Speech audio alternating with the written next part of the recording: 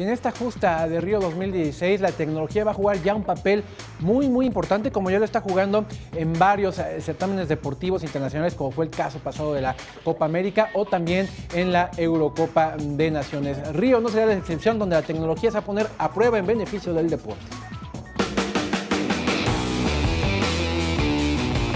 La tecnología transforma nuestros días y cuando se trata de deportes hay innovaciones que aportan más precisión o simplemente ayudan a hacerlos más espectaculares. Para Río, algunos deportes como el voleibol echarán mano de videos que podrá revisar un referee sobre jugadas polémicas que también podrán ver los fanáticos en una pantalla gigante. La natación, sobre todo para las pruebas de distancia como los 800 y 1500, tendrá un contador digital que se ubicará en el fondo de cada carril, cerca del punto de retorno, y registrará la vuelta cuando el nadador toca un panel táctil sobre la pared. En remo y canotaje, las embarcaciones contarán con GPS para seguir las carreras en tiempo real y en pantallas gigantes se verán datos como velocidad y dirección.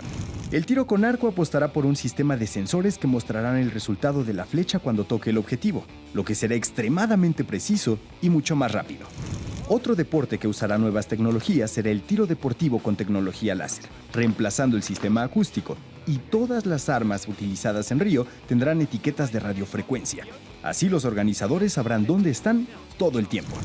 Por si fuera poco, también habrá disciplinas como el voleibol de playa que se podrá ver a través de la realidad virtual, ya que los responsables de televisión de la justa de verano transmitirán imágenes de alta definición en realidad virtual de 360 grados.